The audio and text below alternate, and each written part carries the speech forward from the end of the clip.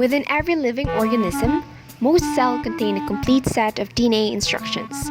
Bananas, like humans, have genes and DNA in their cells, and their DNA determines their traits.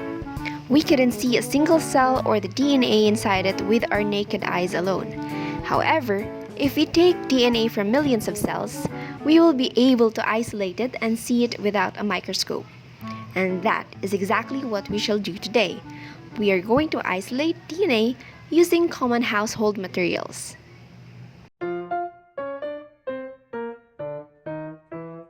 The following are the materials needed in order to isolate DNA from banana. One is the ripe banana, half cup of water, teaspoon of salt, resealable zip-top bag, dishwashing soap or detergent, cold alcohol, and strainer. First step is to mash the banana in the resealable bag for about a minute until all the lumps are gone. Mashing the banana is a crucial step since it can break cells apart, which means it exposes a greater surface area from which to extract the DNA. After that, we fill a cup with the hot water and salt and pour in the salt water mix into the bag. Close the bag very gently.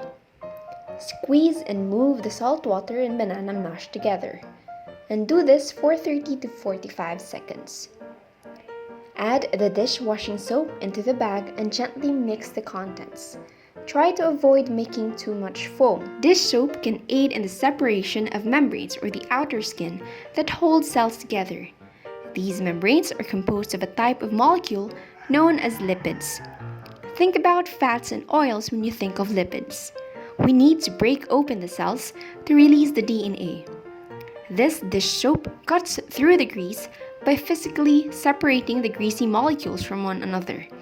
Soap contains a compound called the sodium lauryl sulfate that removes fats and proteins.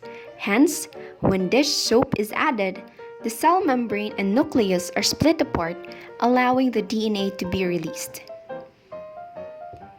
It's now time for us to pour in the liquid mixture and let it sit until all of the liquid drips down into the cup.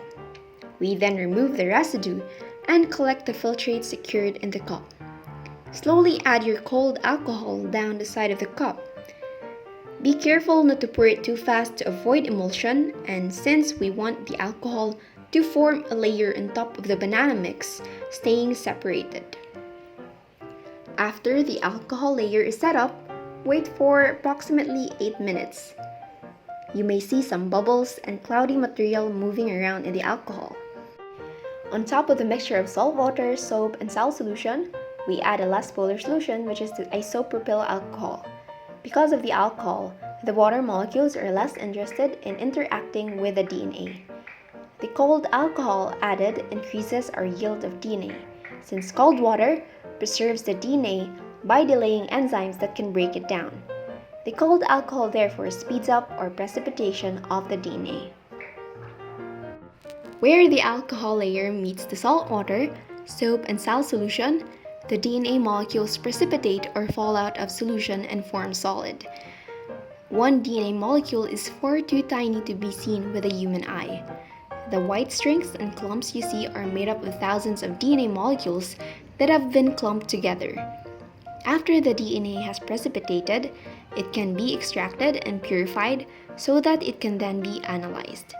This kitchen science method we used in this example to visualize our DNA is a simplified version of the methods used in the lab to extract DNA from an individual for DNA testing.